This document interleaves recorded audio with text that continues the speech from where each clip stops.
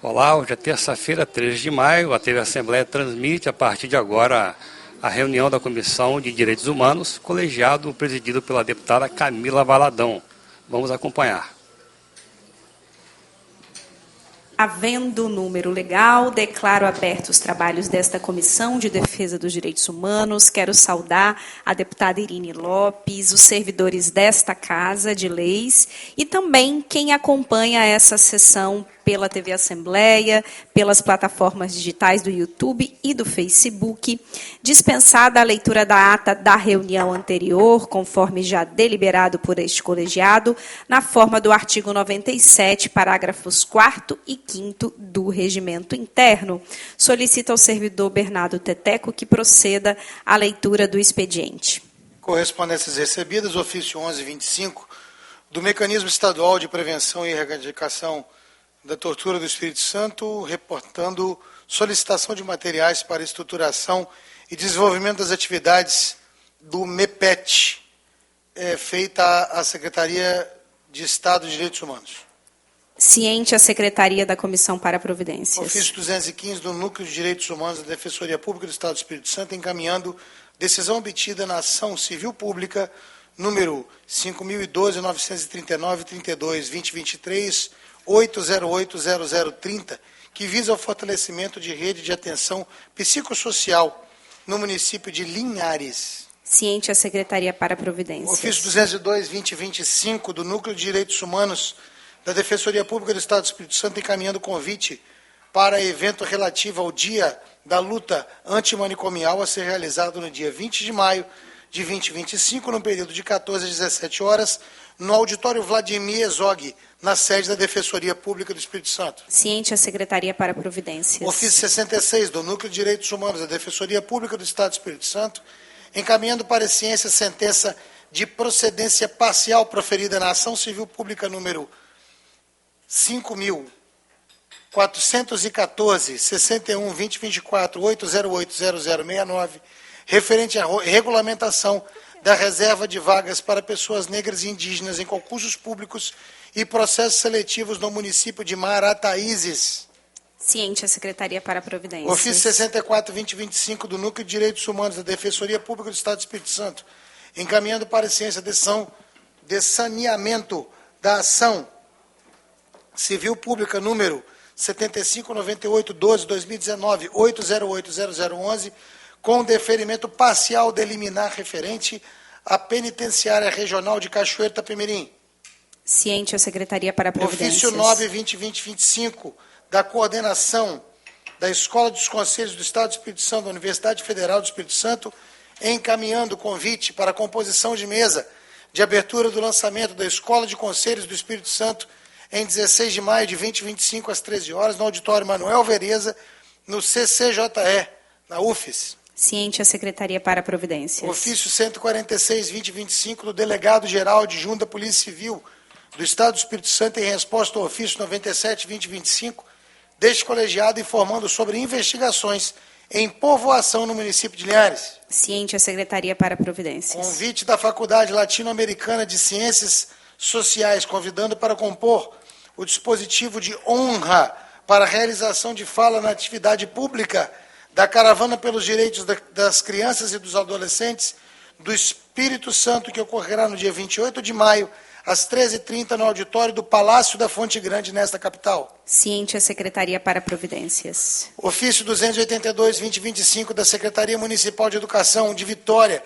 em resposta ao ofício 84-2025 deste colegiado, informando a realização de apuração do caso por meio do diálogo com a equipe da unidade de ensino, da análise dos registros, do acompanhamento dos estudantes e memórias de reuniões com a realização dos procedimentos neles descritos. Ciente a Secretaria para Providências. Ofício 200-2025 do deputado Capitão Assunção, membro titular deste colegiado, justificando sua ausência na reunião ordinária do dia 29/4. Ciente a Secretaria para Providências. Ofício 22-2025 do deputado Lucas Polese, membro titular deste colegiado, justificando sua ausência na reunião ordinária do dia 29/4. Ciente a Secretaria para Providências. Proposições recebidas. Projeto de lei 377-2023, autor deputado Alain Ferreira, ementa, acrescenta o dispositivo de lei número 6.778, de 3 de outubro de 2001, que dispõe sobre financiamento de equipamento corretivo para pessoas com deficiência. Indico o deputado Irini. Projeto de lei 934/2023, autor deputado Dari Pagung, dispõe sobre substituição dos sinais sonoros dos estabelecimentos de ensino público e privado no âmbito do Estado do Espírito Santo. Avoco a matéria. Projeto de lei 178/2024, autor deputado Alain Ferreira, institui a identificação de veículo para transporte de pessoas portadoras do transtorno do espectro autista, TEA. Indico o deputado João Coser. Projeto de lei 238/2024, autor deputado Alain Ferreira, ementa dispõe sobre capacitação dos profissionais de educação sobre transtorno do espectro autista. Indico o deputado Irini Lopes. Projeto 780/2023, deputado Bruno Rezende, dispõe sobre a fixação do símbolo de acessibilidade da pessoa com visão monocular. Avoco a matéria. Projeto de lei 489/2023, do deputado Alcântara Filho, Avoco. veda a distinção de recursos públicos de qualquer natureza a reuniões públicas que defendam qualquer tipo de comportamento sexual no âmbito do Estado do Espírito Santo. Avoco a matéria. Projeto de lei 583/2023, do deputado Sérgio Meneghelli, dispõe sobre a garantia de estudante gestante de receber atendimento pedagógico com atividades remotas durante o período de amamentação no âmbito do Estado do Espírito Santo. Indico a deputada Irini. Projeto de lei 596/2023, da deputada Irini Lopes, institui a política estadual de desenvolvimento sustentável da pesca e das atividades das mulheres marisqueiras no Estado do Espírito Santo e dá outras providências. Avoco a matéria.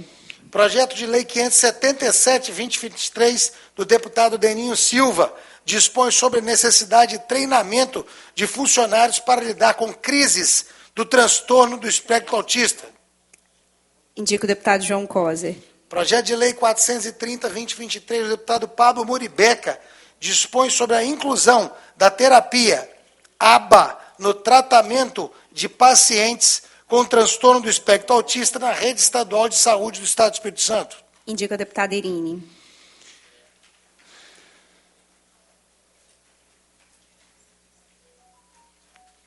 Só um minuto, deputada. Ficou perdido um ofício aí, né? 2 ofícios apareceram aqui como indicação. Mas pode ler para dar ciência. Ofício 157/2025 do senhor José Darcy Santos Arruda, delegado geral de Polícia Civil do Estado do Espírito Santo, em resposta ao ofício 107/2025 deste colegiado. Ciente a Secretaria para Ciente a Secretaria para Providências. Ofício 366/2025 da Secretaria Municipal de Educação de Vila Velha, em resposta ao ofício 98/2024 desse colegiado, sobre o qual encaminham manifestações do setor responsável pelo transporte escolar. Ciente a Secretaria para Providências. Proposições distribuídas, PL 383/2023, autor deputado Lucas Polese, altera a Lei 85/94, de 12 de julho de 2007, relatora deputada Camila Valadão, PL 400/2023, autor deputado Pablo Muribeca, ementa obrigatoriedade de reservas de vagas nos estabelecimentos a pessoas de transtorno do espectro autismo, relatora deputada Irini Lopes, PL 378/2023, autor deputado Deninho Silva, considera a pessoa com deficiência para os fins do ingresso na reserva percentual de vagas para provimento de cargo em empregos públicos o indivíduo diagnosticado com audição unilateral e da outras providências. Relator, deputado João Coser. Proposições sobrestadas não houve no período, proposições baixadas de pauta não houve no período. Devolvo a palavra para a condução dos trabalhos na fase da ordem do dia para a excelentíssima senhora presidenta, deputada Camila Valadão.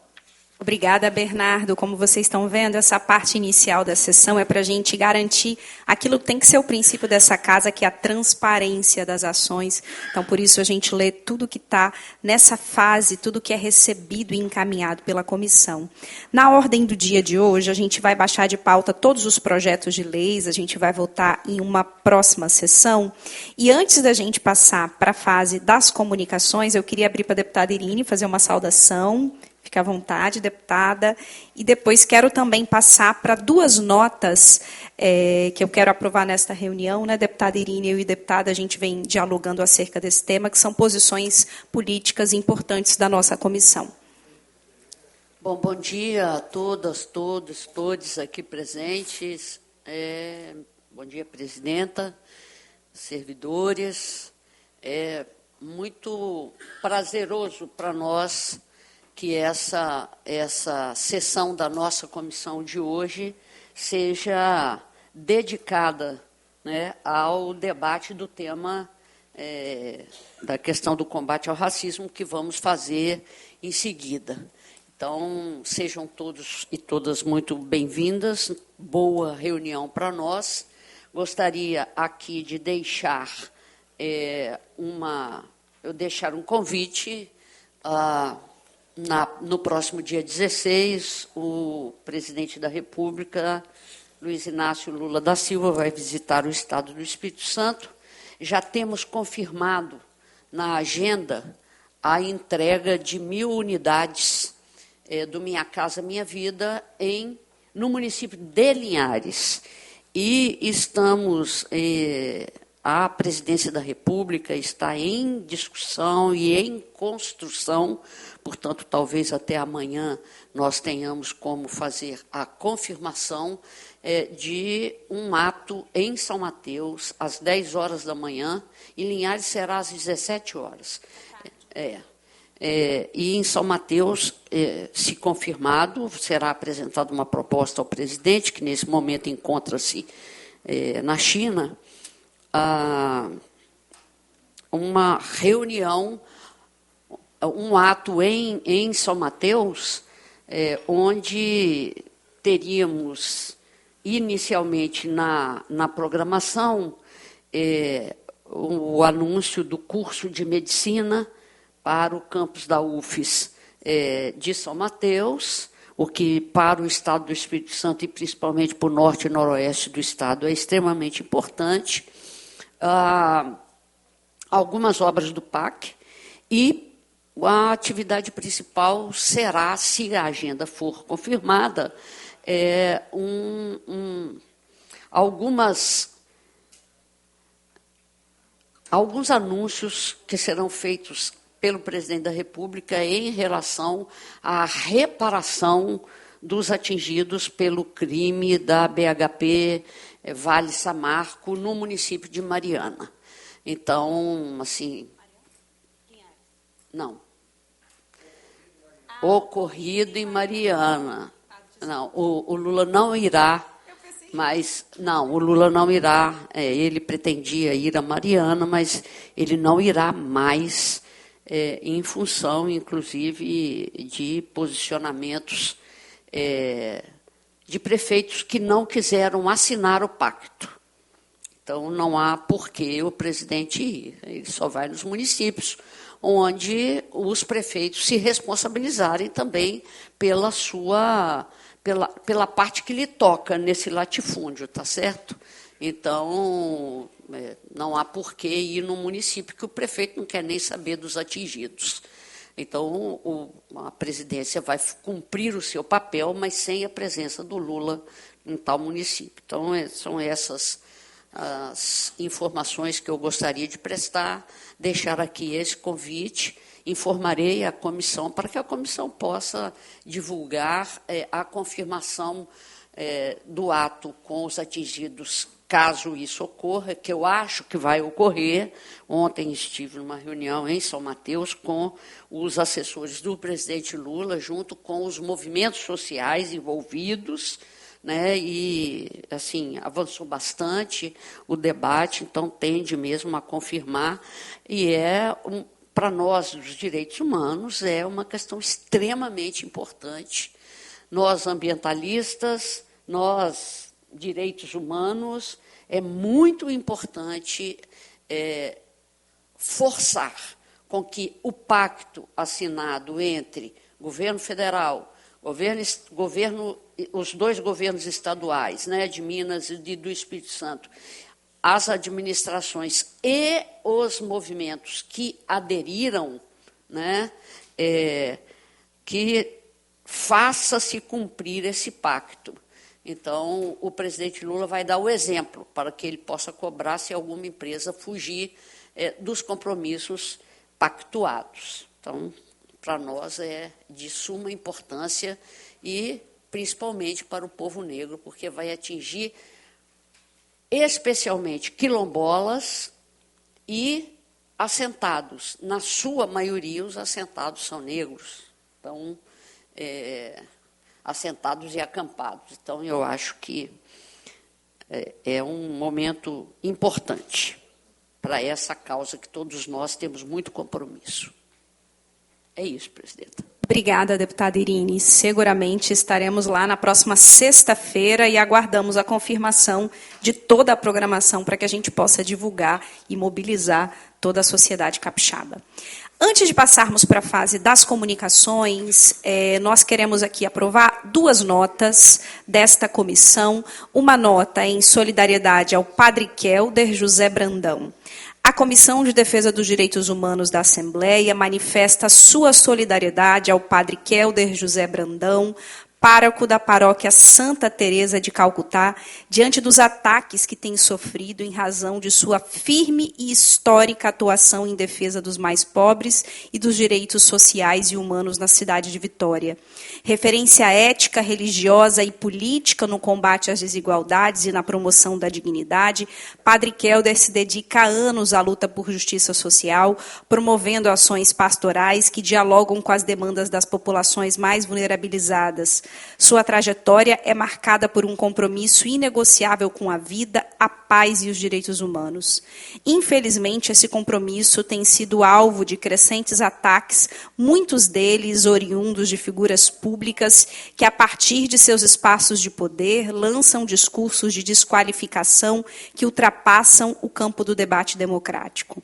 Esses ataques, ao invés de se limitarem ao plano simbólico, acabam por legitimar agressões mais diretas, como a criação e disseminação de perfis falsos nas redes sociais, com o objetivo de simular a presença da paróquia Santa Teresa de Calcutá e, assim, comprometer sua credibilidade pública. Em abril de 2025, foi identificada uma conta falsa no Instagram que imitava integralmente o perfil oficial da paróquia. Nome, imagem e demais elementos visuais foram replicados com um claro intuito de enganar a população e fragilizar a atuação de uma comunidade religiosa amplamente reconhecida por sua atuação ética, fraterna e social. Diante da gravidade dos fatos, esta comissão deliberou em reunião anterior pelo encaminhamento de um ofício ao delegado-geral da Polícia Civil do Espírito Santo, solicitando apuração da prática de crime cibernético e reforçando a importância de investigação rigorosa do caso. Tais episódios não ocorrem de forma isolada, integram um cenário mais amplo de criminalização das lutas sociais e de perseguição a lideranças comprometidas com a defesa da justiça e da igualdade social. A comissão reafirma a importância do trabalho desempenhado pelo Padre Kelder e reconhece sua contribuição para a construção de uma sociedade mais justa e humana. Defender sua atuação é também afirmar o compromisso com os direitos humanos, a liberdade religiosa e justiça social. Peço que essa nota seja enviada ao governador do Estado, ao chefe da Polícia Civil, à Casa Civil, à Secretaria de Direitos Humanos, ao Conselho Estadual de Direitos Humanos, enfim, a todas as outras instituições. Eu acho que é importante dizer que o padre vem sofrendo ataques sistemáticos, alguns deles feitos por deputados desta casa, que se acovardam ao fazer ataques através de redes sociais, e esses tipos de ataques fomentam ações como essa que a gente está vendo aqui, que é a criação, inclusive, de um perfil fake de uma comunidade religiosa com o fim de descredibilizar todo o trabalho desenvolvido. Então, essa nota, para além de afirmar a solidariedade, é também para cobrar apuração rigorosa e dedicada, assim esperamos, por parte do governador do Estado e das autoridades policiais. Lógico, deputada Irine. Eu quero deixar registrado aqui, a nota retrata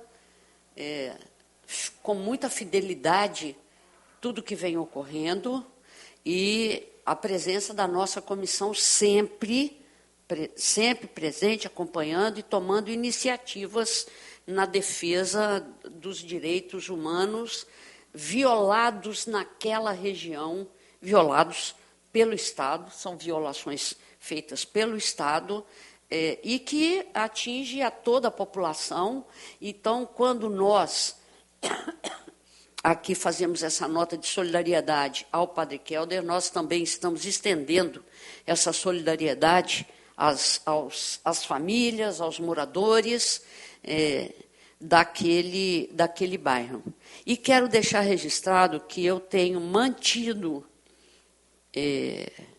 um diálogo com o governador por mensagens, porque o tempo é curto para reuniões, e ele tem se comprometido em fazer ele, inclusive, solicitou cópia do BO, no caso ocorrido em abril, da FEIC,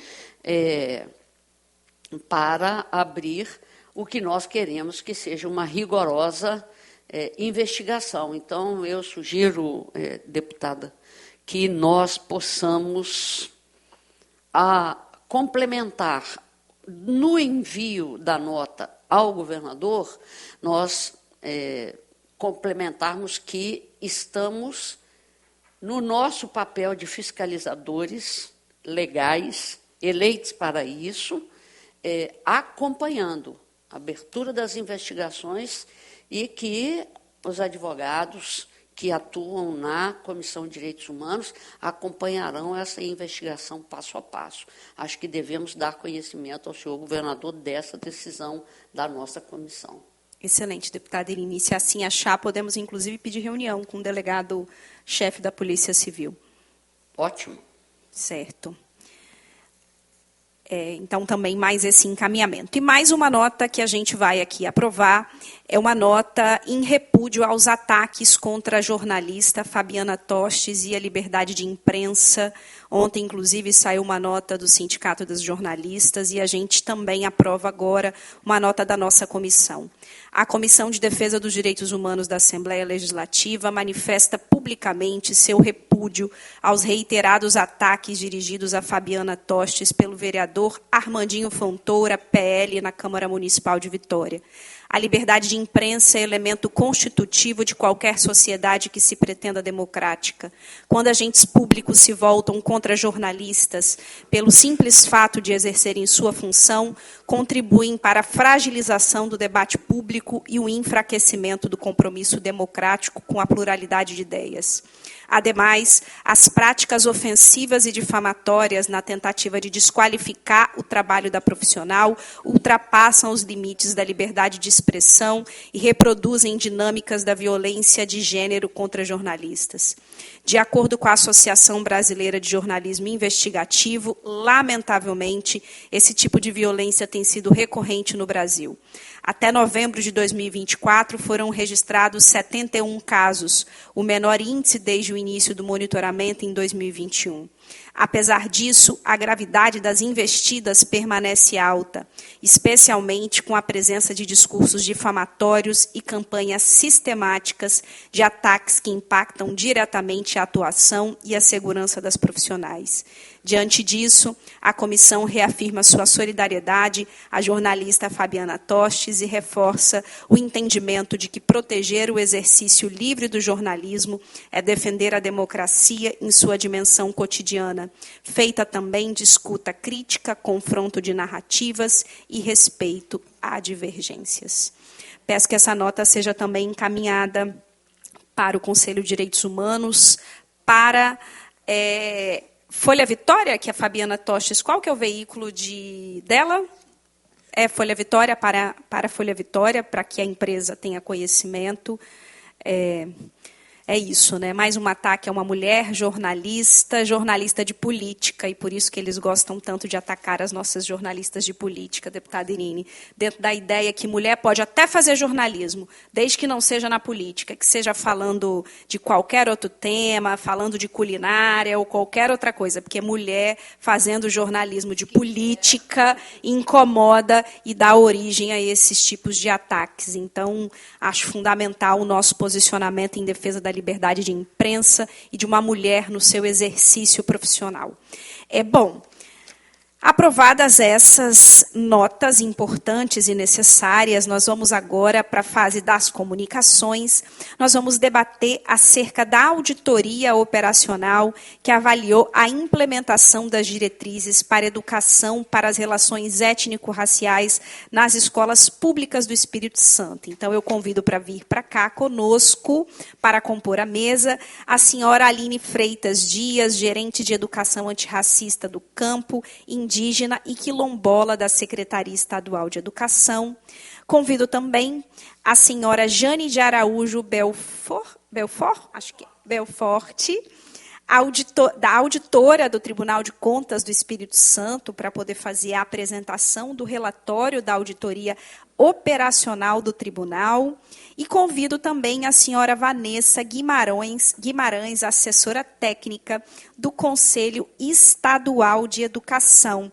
Bem-vindas aqui, por favor, fiquem à vontade. A Marcele vai organizar aqui para que vocês possam se acomodar e ficar bastante à vontade. Quero fazer alguns registros de presença do Tiago Rodrigues, que é representante da Secretaria de Direitos Humanos, da Gerência de Promoção de Políticas de Igualdade Racial, da Flávia Costa, que é da Secretaria de Educação de Vila Velha, da Coordenação de Estudos Africanos, Afro-Brasileiros e Indígenas. Do Núcleo de Direitos Humanos da Defensoria Pública, através dos representantes Magno Ferreira e Thalita Santana. Da Aline de Freitas, da Márcia Helena, que aí eu já mencionei aqui, inclusive, conosco aqui, a Aline, da Gerência de Educação Antirracista do Campo Indígena e Quilombola. Da Jaque Brandão, e da Tina Moreira, da Coordenação de Direitos Humanos de Cariacica, bem-vindas também. Do Arthur Marelli, que é da União Nacional dos Estudantes, bem-vindo, Arthur. Da Rosângela Pereira e da Andréia dos Santos, que é da CEDU da Serra, da Coordenação de Estudos Étnico-Raciais do município da Serra, bem-vindas também. Do Isaías Santana, da UNegro, liderança do Movimento Negro, militante dos direitos humanos. Da Daniele Gomes, da Tati Brandão, da Gerência de Igualdade Racial de Cariacica. E da Júlia, da coordenadora do Núcleo de Educação do Tribunal de Contas do Espírito Santo, e do Luiz Carlos, que está aqui também, liderança do Movimento Negro, os dois aí fazendo história, né? Historicamente, reparação já com indenização monetária. É isso. Luiz Carlos, inclusive, já há bastante tempo vem cobrando o cumprimento da Lei 10.639 no nosso país, e a gente vai falar um pouco acerca dela. Antes, queria só fazer alguns registros importantes. Primeiro, que hoje é 13 de maio, data da abolição oficial, e que nós denunciamos historicamente, falamos que é a data da farsa da abolição, já que não foi nenhum ato de bondade da princesa Isabel, como muitos querem afirmar, né? Essa abolição acontece graças à resistência dos povos negros nesse país, e que foram aqui escravizados por séculos e séculos, e não houveram, desde lá atrás, políticas de reparação. Eu acho que é importante fazer essa afirmação, porque quando Luiz Carlos fala reparação e cobra, falando da necessidade de indenização monetária, reparação monetária, é exatamente para denunciar que não houveram políticas de reparação nesse país. Ao contrário, o que nós tivemos ao longo dos séculos foram políticas de embranquecimento. a tentativa de nos apagar, de apagar a nossa contribuição, de apagar a nossa história e a nossa participação. Não por acaso, ainda hoje, se a gente considera, por exemplo, mulheres negras, e que bom que estamos com algumas aqui nessa mesa, nós estamos falando das mais precarizadas, das mais violentadas e das mais apagadas na história desse país. Por isso que, para nós, essa data de hoje é uma data principalmente de memória crítica dessa história, é uma data de denúncia, é uma data de reflexão e é uma data de fortalecimento também da luta antirracista, né? Então, para nós, 13 de maio é dia de denúncia, não é dia de comemoração, é dia de reflexão. E por isso que a gente está aqui, de maneira oportuna nesta data, debatendo um dos temas desafiadores desse país, que perpassa por uma educação antirracista. A gente quer políticas de reparação, a gente quer uma educação antirracista, porque queremos negros e negras sentados nos bancos das escolas e podendo perceber todo o processo histórico desse país de maneira crítica. Nós temos legislação acerca desse tema, mas o que a gente vai constatar aqui é que são muitos os desafios para essa legislação ser cumprida. O Tribunal de Contas, né, por meio do Núcleo de Controle Externo de Avaliação e Monitoramento de Políticas Públicas da Educação, NEDucação, realizou entre maio e novembro de 2023 uma auditoria operacional, com o objetivo de avaliar como que as redes públicas de ensino do Estado e dos municípios vêm implementando as diretrizes legais da educação para as relações étnico-raciais, com base nas leis federais 10.639 e 11.645. O que a gente quer nesse dia de hoje? Exatamente conhecer o resultado dessa auditoria, para que a gente possa cobrar de estados e municípios a partir desses pontos, dessas fragilidades que foram identificadas pelo tribunal. Então, a gente quer, a partir dela, cobrar o cumprimento da legislação e, obviamente, depois a gente vai também, a partir da apresentação, abrir aqui para as intervenções. Tá certo? Então, passo agora. Quem começa? Aline? Jane? A Jane? Então, vamos direto a Jane para a apresentação dos dados. A Aline a gente passa depois, então. Tá bom, Aline? Seu microfone está desligado. Se você quiser, por conta da apresentação, pegar o microfone solto, fica à vontade. Isso. Bom dia a todos. É com muito prazer que eu estou aqui hoje. Como a Excelência falou, a doutora Camila falou que realmente hoje é um dia memorável. É um dia memorável porque lembra a luta dos negros e também, como eu vou falar de etnia, de outro povo que também foi escravizado, assim que os portugueses chegaram aqui, que foram os índios. E tem 270 anos que foi liberto, entre aspas, que são os índios, e o outro tem 137 anos que também tiveram a liberdade através da assinatura da Lei Áurea, num templo como esse daqui, do Senado. Então, ver que nós, negros, fomos durante muito tempo, inclusive nas duas LDBs que passaram, né, nas duas leis de diretrizes básicas, tanto a de 1961 como agora, fomos negligenciados. Fomos sempre negligenciados. A história do Brasil era contada de forma que nós éramos somente burro de cargas. Desculpa se vou falar essas palavras, mas é assim. E que mulheres como nós, afrodescendentes, eu sou do Rio de Janeiro, de uma comunidade chamada Padre Miguel, morei numa comunidade muito próxima a uma favela chamada Vintém, onde tem hoje a Mocidade Independente de Padre Miguel, que é o que vocês mais conhecem dessa região.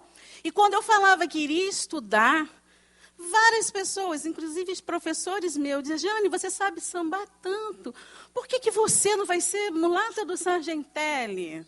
Era assim que a gente era. A gente era visto como mulatas, como morenas, como pessoas que vinham para servir. Era sempre servidão. Nunca deixamos de servir. Se você pensa que isso só ocorria na senzala, não é assim. Então, graças à educação, por isso me sinto muito honrada, já falei isso em outras ocasiões, que é a educação que me trouxe onde eu estou. Eu sou Jane, como vocês podem ver, sou parda, tenho cabelos e olhos castanho, tenho cabelo negro, tenho cabelo crespo, desculpa.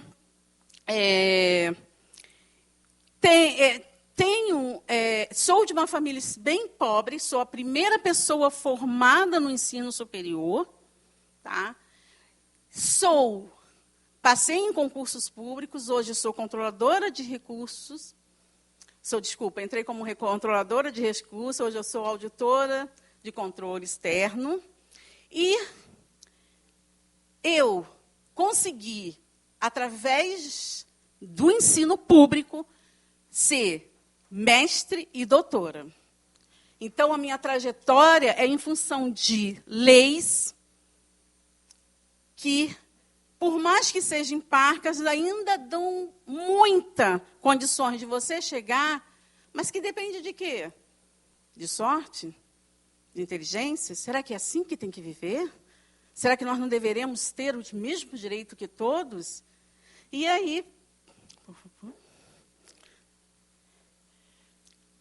nós temos a LDB, que foi de 1996, e alguns anos depois houve um esforço,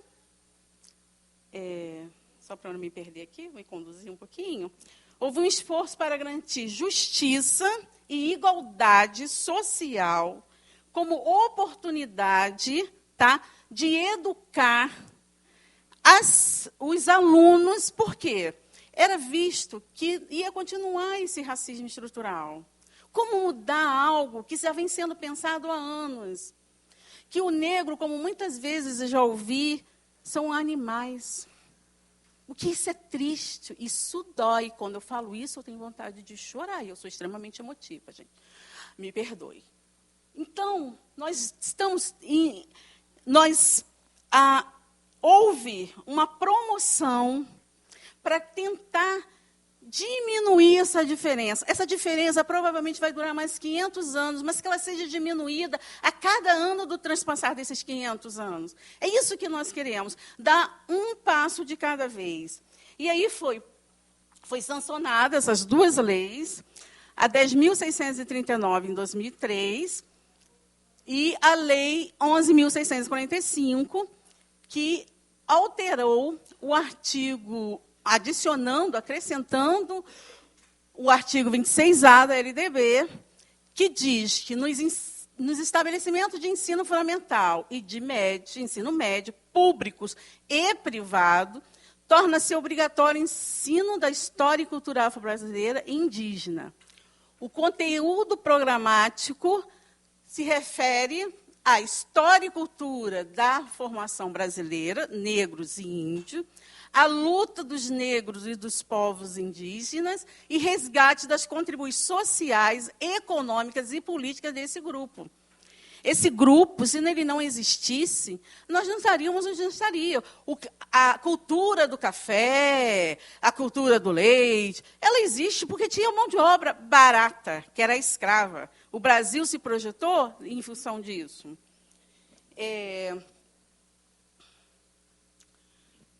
Passaram-se 20 anos e os tribunais de contas, tá, resolveram, porque essa lei ela é de imediata execução. Tanto que a maioria dos sistemas, e a gente tem que parabenizar a CEDU, aqui o Espírito Santo, que já colocou no calendário dela imediatamente, um mês depois, o dia 20 de novembro como Dia Nacional da Consciência Negra. E os tribunais, por meio do Comitê Técnico da Educação do IRB, tá, conduziram em todas as entes da federação, tá, uma auditoria que poderia ser de qualquer tipo. A nossa escolhida foi auditoria operacional, porque a gente tem condições de acompanhar isso em 4 ciclos. Então, durante 4 ciclos, nós vamos para o nosso primeiro ciclo agora. E qual é a base? Também focando na ODS 14 e 18. Tá? Essa legislação, ela trouxe com ela uma gama, um arcabouço maravilhoso. Porque com ela veio diretrizes étnico-raciais. E essas diretrizes étnico-raciais, ela faz uma coisa importantíssima. Não vamos só abordar história e cultura do afro-brasileiro ou do indígena. Vamos tentar, para tentar trazer equidade racial, abordar todas as culturas daquele ente, do Brasil como um todo. Então, o foco seria formação docente, formar docentes capazes, especializados, para que possam abordar a herê de forma adequada, uma promoção de reflexão e diálogo dentro das escolas, tá? Ações afirmativas que o governo do Estado deve fazer, tá? Combate ao racismo, reconhecimento e valorização do índio e do negro. E, com isso, vem 2 educações que ainda não existiam no Brasil, que é a educação quilombola, que tem a sua especificidade nos seus ensinos e nos seus currículos, e a educação indígena. Próximo, por favor. Com isso, nós conduzimos uma auditoria operacional de educação para as relações étnico-raciais, com o seguinte objetivo, como já tinha sido dito antes pela deputada, avaliar a implementação das diretrizes para a educação das relações étnico-racial nas escolas do Estado do Espírito Santo. A base legal é esta. Passando para a próxima. E o primeiro ponto que nós pensamos, nós fizemos um levantamento de todos os negros, pardos e índios dos 78 municípios e dos alunos que frequentavam também as escolas estaduais. Aqui nós colocamos um resumo, tá? Que é 52%. O Estado hoje tem 874 mil alunos, com 52% de pardo, 5,2% de preto, 31% de brancos e 0,2% indígenas, e 11% não declararam sua cor. O que é muito interessante, inclusive, o diretor da escola estadual Zumbi dos Palmares, na Serra, quando nós visitamos, o que ele falou foi muito interessante. A maioria, não confie nesses dados, a maioria dos alunos não se reconhece. Então, muitos deles olham para si mesmos e se veem brancos. Outros se veem em pardo, mesmo sendo negro. E muitos dos indígenas não se declaram, eles ficam aqui. Então, é algo muito, muito interessante. Como que falta você se enxergar para ser aceito. Isso que mostra esse dado. Essa conversa que nós tivemos com o diretor mostrou exatamente isso. Dani, só uma pergunta. Aquele número, 874 mil alunos da rede pública e privada? Sim, todos. E aí, quase 90% dos negros estudam em escola pública, é isso? E indígenas, isso. Ok? Pode passar, por favor. Então, nós fizemos uma pesquisa diagnóstica, tá, que faz parte do ciclo da ERE, do ciclo da auditoria operacional, com base exatamente nos itens que deveriam ser ações e providências que deveriam ser tomadas pelas redes de ensino. Primeira coisa, inserção de qualquer estratégia que falasse sobre educação ERE. E nós encontramos 48 municípios, inclusive o Estado, que incorporaram a temática em suas estratégias. Tá? Materiais e equipamentos didáticos, 38% disponibiliza, aí é 38% de escola, tá? Isso aqui é escola. 38% de escolas disponibilizam material didático e paradidático e equipamento específico sobre a temática étnico-racial. Recursos aplicados. 100% não possuíam, na época, dotação orçamentária específica. Diretrizes curriculares. A própria letra da Lei 10.639 e da 11.645 diz exatamente isso, que nos currículos tem que estar em todas as disciplinas, em especial em educação artística, literatura e história. Tá? Dos 78 municípios, 16 dos municípios responderam ter adaptado o referencial curricular dele a essas condições ditas anteriormente. Tá? Então, o que é um referencial curricular? É um conjunto de fontes de informação, indicações para a elaboração dos planos de curso e aulas.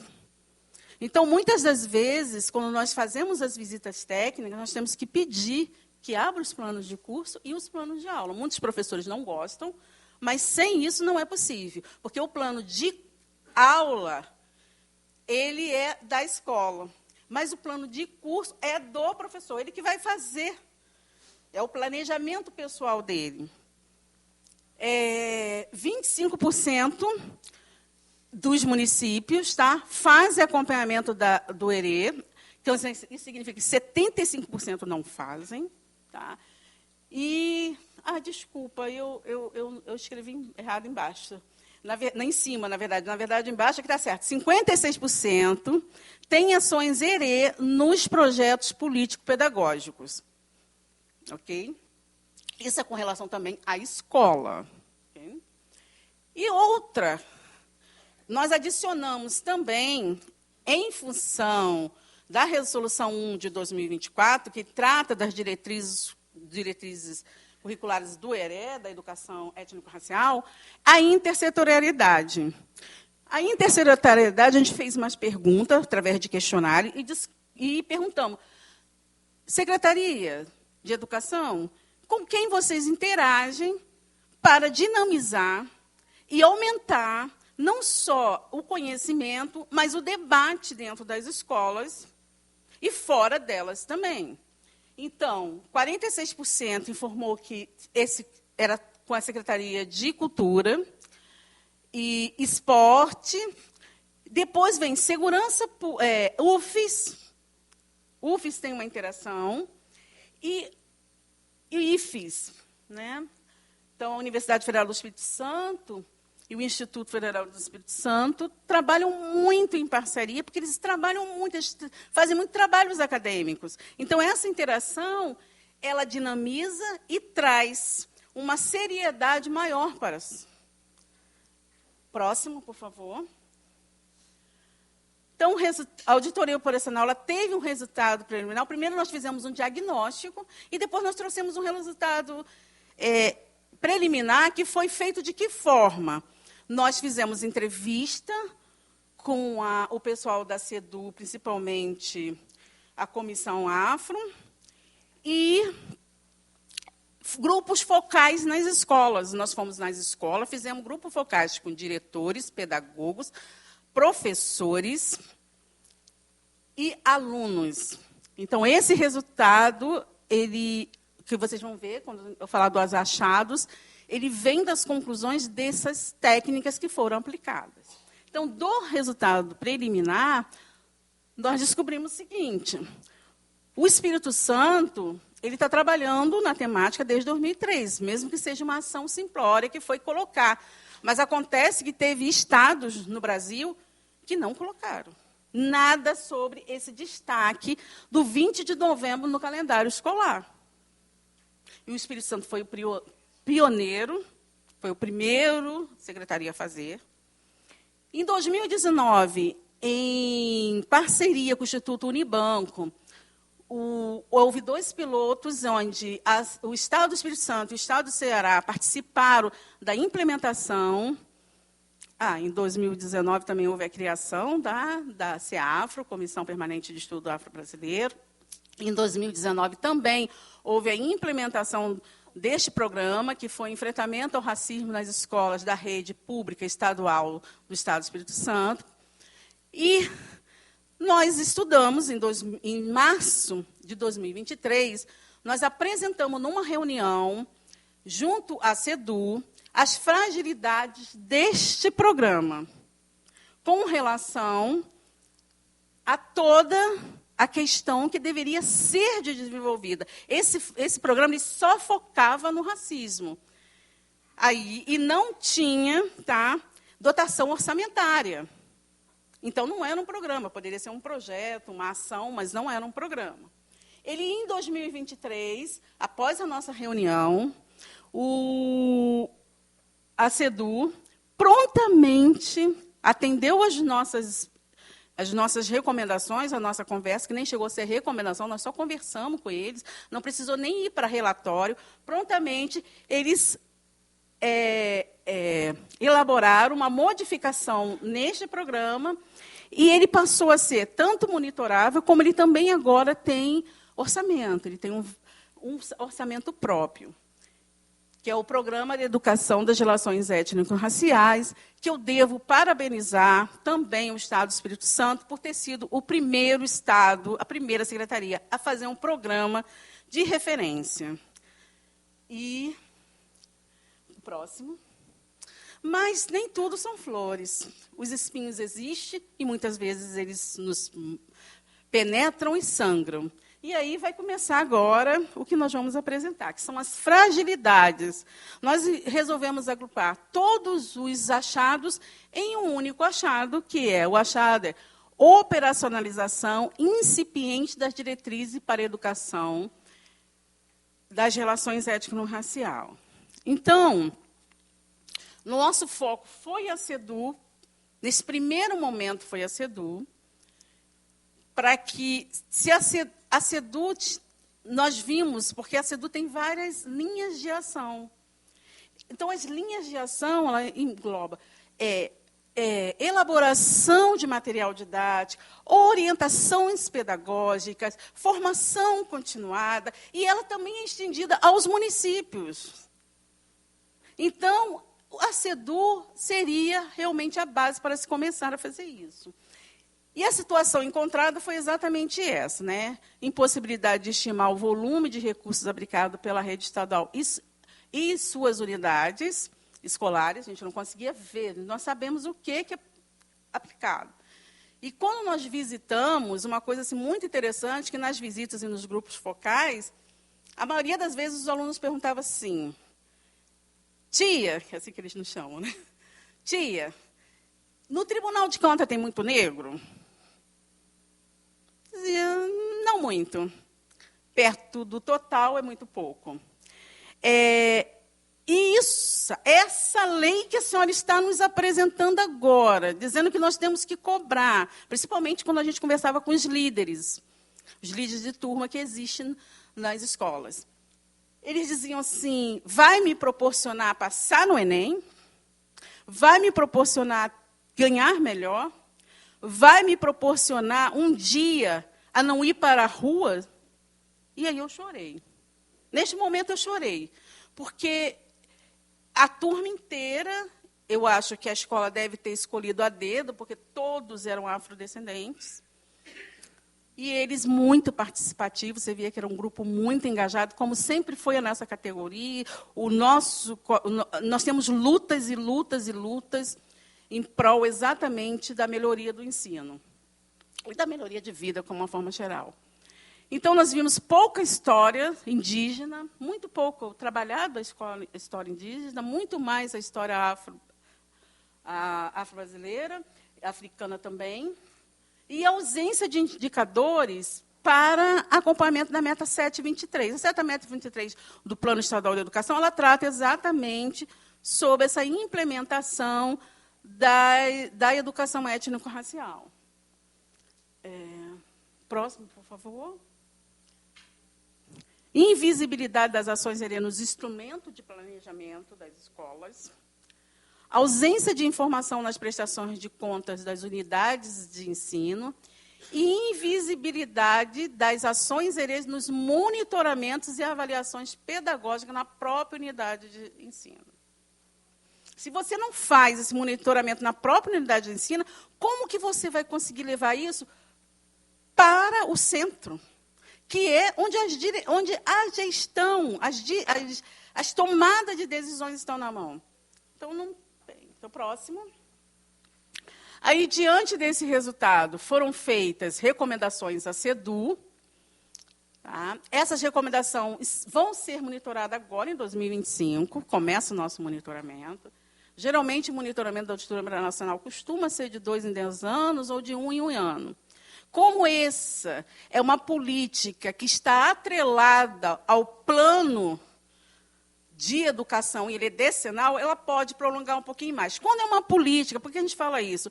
Porque a auditoria operacional, todo mundo fala que é uma auditoria de 4 anos. Ela não é necessariamente 4 anos quando se trata de programas com extensão maior. E foi feito um alerta em caráter de urgência para a adoção de medidas e ações para operacionalizar as diretrizes da educação para as relações étnico-raciais que nós estamos acompanhando. O que significa acompanhar? Nós não temos um processo ainda, mas nós estamos sempre em contato. Então, as secretarias como a da Serra nos informa quando está tendo uma ação, Secretaria de São Mateus, a Secretaria de Vitória, a Secretaria de São... Então, todas as secretarias mais envolvidas, elas nos reportam o que eles estão fazendo de ação. O próximo, por favor. Essas são as ações que estão em andamento pela CEDU. Uma delas nós fomos convidados a participar, que foi a Feira Literária Étnico-Racial. Nós, que eu falo, é a equipe técnica, tá? O nosso núcleo sempre é convidado a participar. O próximo. E aqui são a jornada, né, de reflorestamento,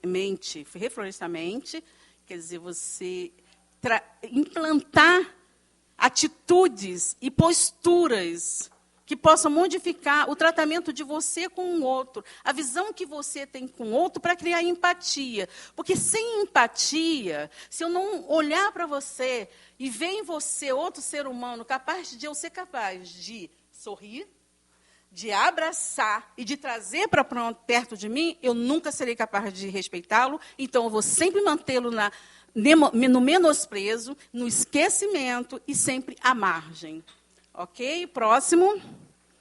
E aí, finalizando, e aí eu finalizo com a fala do nosso presidente, Domingo Taufner, no evento ocorrido em novembro de 2024, Consciência e Ação, em que eu trago também uma foto, que é a foto símbolo do nosso relatório, que a diversidade, e aí ele coloca, a escola é o espaço, por excelência, para semear as bases de uma sociedade mais justa e igualitária.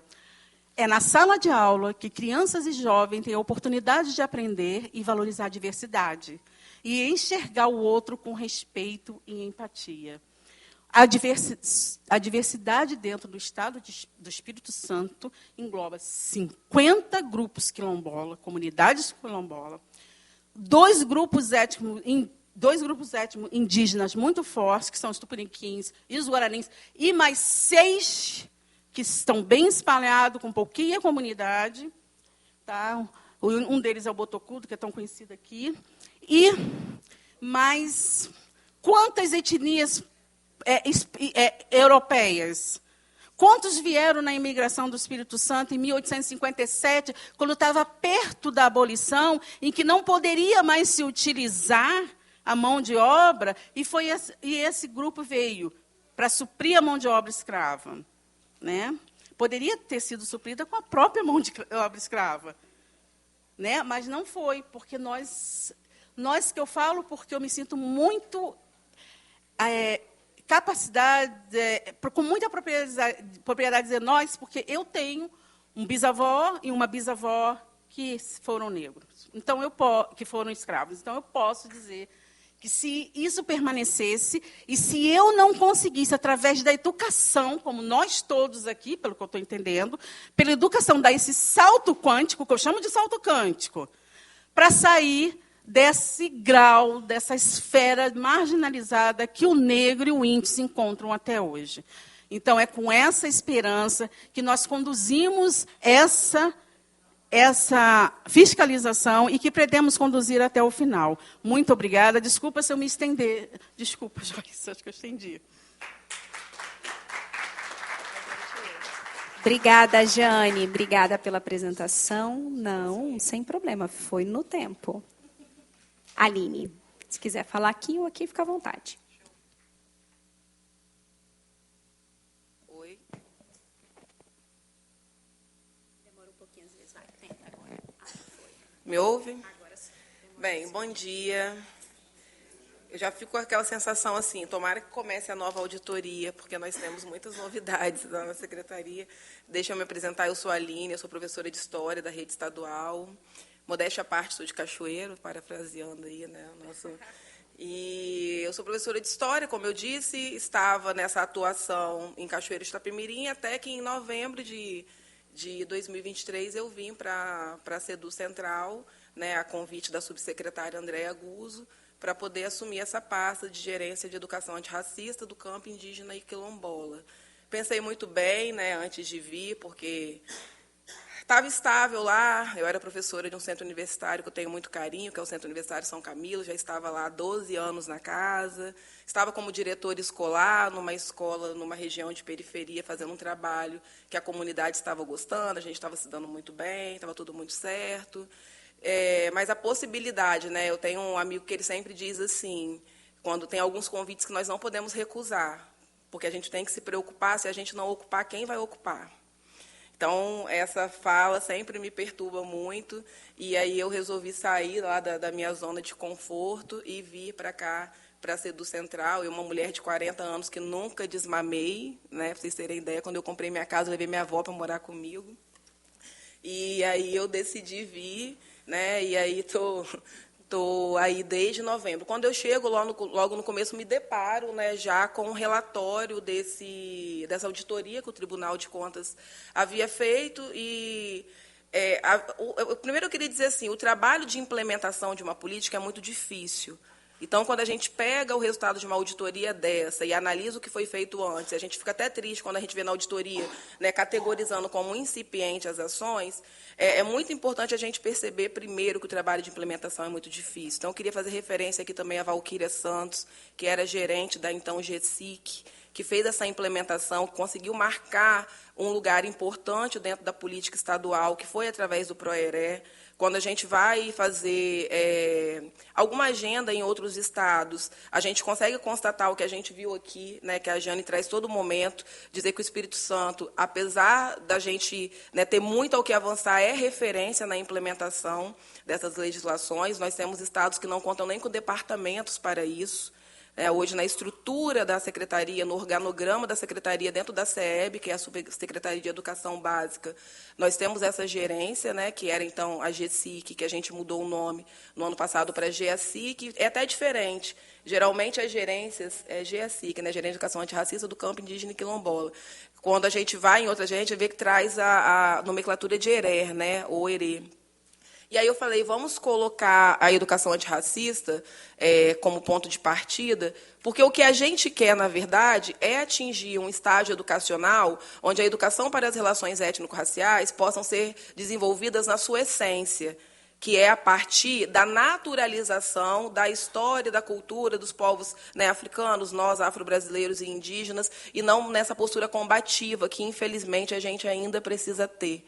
Então, o antirracismo ele se difere, né, em certo modo, do conceito de educação étnico-racial, porque ele nos traz esse compromisso de combate que é cansativo, mas que a gente ainda precisa fazer. Bom, então, eu acho que a Jane ela apresentou o resultado, ela apresentou esses dados, e ela trouxe ali também quais eram as principais ações da secretaria, né? O marco do PROERE, que é o Programa de Educação para as Relações Étnico-Raciais. Nós temos esse programa hoje estruturado em 6 eixos na secretaria. E esses eixos variam desde condições institucionais, Por exemplo, como que eu trabalho educação étnico-racial, coloco um departamento e não dou uma condição institucional? Então, hoje, na nossa estrutura, tenho eu, que estou no cargo, na função lá de gerente, nós temos uma subgerente, nós temos uma coordenação própria para a CEAFRO, que é a Kelly, que não está aqui hoje, que ficou lá, e nós temos uma equipe hoje nessa CEAFRO que fica de frente da escola indígena, da escola quilombola e das ações de educação étnico-racial. No ano passado, eu considero que nós tivemos um grande ganho também, que foi fazer a alteração da portaria 090, que é a portaria que regulamenta os cargos e funções da secretaria, onde nós estabelecemos que nós temos 11 regionais de educação, né, no estado do Espírito Santo. Nessas 11 regionais, nós conseguimos que cada regional tenha hoje um profissional referência de educação étnico-racial. Quando ela traz ali aquela imagem, por exemplo, da feira literária, em Cariacica, vocês devem conhecer a Darlete, né, um nome conhecido aqui na Grande Vitória, de frente da educação. Então, ela que fica ali, por exemplo, como referência. A gente pensa, um é pouco, mas é mais do que nenhum. E é um caminho, né? Então, a gente ficou bem feliz com essa conquista de ter esse profissional como referência, que ele é o nosso elo, né? Ninguém conhece melhor o chão do território do que quem está lá. Isso vale para a escola, isso vale para a regional. Então, ter essa pessoa na regional tem melhorado a nossa interlocução. E nossa primeira interlocução com esse profissional, ele foi, assim, a auditoria ela já sinalizava isso, mas já era um desejo também do meu planejamento. Eu tive tempo para poder planejar como que eu pensaria a gerência, porque de quando eu recebi o primeiro convite até quando ele se efetivou, demoraram 3 meses. Eu já nem achei que eu viria mais. E aí, dentro disso, eu sentia essa falta, que foi o que a auditoria trouxe também, que é conseguir visualizar o grau de maturidade das escolas com a relação étnico-racial, porque, acreditem, nós ainda temos algumas ações nas escolas que elas são inapropriadas, porque pode ser entendido por uma educação étnico-racial, mas, acredito, muitos professores fazem achando que estão fazendo o correto. Então, a gente precisa, eu precisei sair desse lugar de julgamento e passar para o lugar do entendimento. Então, o que nós implementamos em maio de 2024? Que aí eu posso afirmar para vocês, assim, porque a gente tem tentado parceria com o Instituto da Cor, que vocês devem ter ouvido falar, que agora provavelmente vai buscar parceria junto com o Instituto Lema para nos apoiar, porque o Espírito Santo, ele monitora as ações de GERÉ no nível escola. Então, hoje, por exemplo, se uma escola ela desenvolveu uma ação nas escolas estaduais, tá? Isso é porque a gente está falando das escolas estaduais, né? Em relação aos municípios, tudo que a SEDU faz fica aberto para o município adotar também, mas acaba sendo opcional. E a gente, a partir do regime de colaboração, tem afunilado mais o contato com o município. Mas, assim como a Irine colocou aqui a situação, que o presidente não vai em tal lugar porque alguns prefeitos não querem assumir sua responsabilidade, eu pego essa fala e trago para cá também, né? Quando a gente fala que fica aberto o material, em alguns territórios a gente não consegue ter o mesmo adentramento que a gente gostaria, né? É importante isso ficar pontuado. Então, só dizendo que nesse monitoramento a gente consegue olhar as escolas que enviam as evidências. Então, hoje, a gente tem lá, quando o tribunal for lá de novo, quando vocês quiserem, a gente agora está trabalhando para esse dado ser um dado público, porque mexe com o sistema. A gente quer publicizar. Como que a gente conseguiu publicizar esse ano? Até 2023, nós tínhamos o caderno, que vocês devem conhecer, o caderno orientador. Na época, eu participei como uma das autoras, como professora. Eu estava na sala de aula. Aquele caderno ele é referência no país também, ainda organizado na gestão da Valquíria. Mas nós tínhamos aquele caderno. No ano passado, além desse monitoramento que foi implementado, nós entregamos para a rede 5 e-books para poder dar repertório para os professores. O professor precisa de repertório pedagógico. Na nossa formação inicial, muitos de nós não tivemos educação étnico-racial. Então, nós fizemos esses e-books e, para poder publicizar o monitoramento, no começo desse ano, nós lançamos um e-book. Tudo isso está no site da SEDU, tá, gente? Lá no site do currículo, aliás. Tem o site do currículo, lá no site do currículo tem o ícone Educação Étnico-Racial. Então, os materiais estruturados estão lá. Nós lançamos um e-book no começo desse ano, dizendo para a sociedade como que as nossas escolas estão lidando com a educação étnico-racial. Então, lá, nós quisemos apontar principalmente as fragilidades. O que acontece ainda nas nossas escolas, na nossa rede, que nós não podemos mais aceitar? Porque aí a gente está fazendo o seguinte, essas escolas que mandam atividades com fragilidade, essa pessoa que é o ponto focal de ERER na regional, ela, junto com a CEAFRO, faz uma devolutiva para essa escola, faz um diálogo com a gestão escolar para dizer que esse tipo de ação não pode acontecer mais. E para aquelas ações, que são ações que a gente entende que estão muito boas, que estão dando muito certo, a gente valoriza de alguma forma através do reconhecimento por uma menção honrosa. Que a gente pensa assim, uma menção honrosa, a gente vê os professores postando nas redes sociais, ficando muito felizes, porque a gente trabalha num sistema, enquanto Brasil, que o que é bom geralmente não é referenciado, né? E as pessoas estão recebendo isso. Então, o monitoramento e esse material que a gente fez.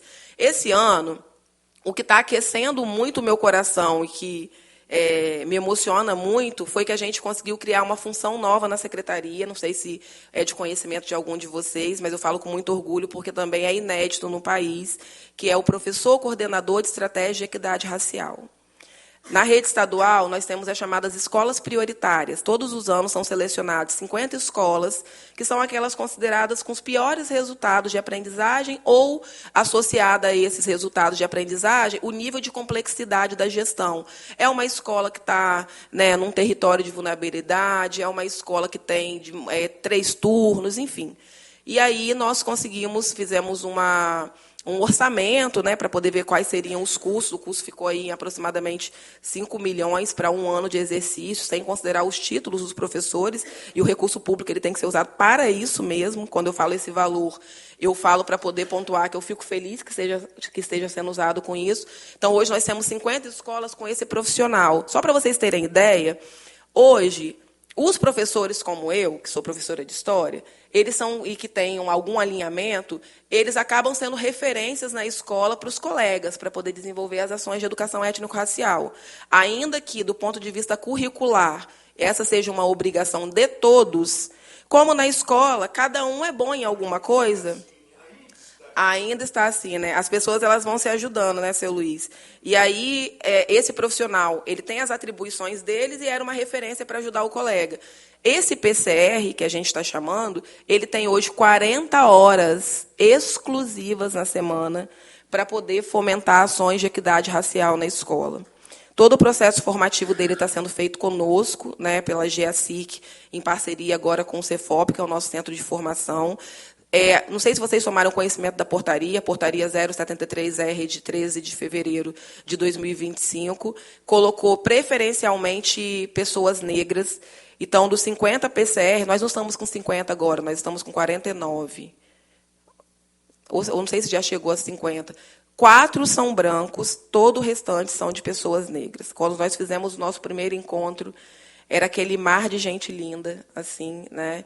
E eu sempre brinco, né, que, enfim, tenho nada contra as pessoas brancas, minha mãe até é branca, mas minha mãe, meu irmão, né? Mas nós fizemos essa portaria pensando nisso, e foi muito importante, porque a representatividade naquele momento também era um carro-chefe, além de outras questões.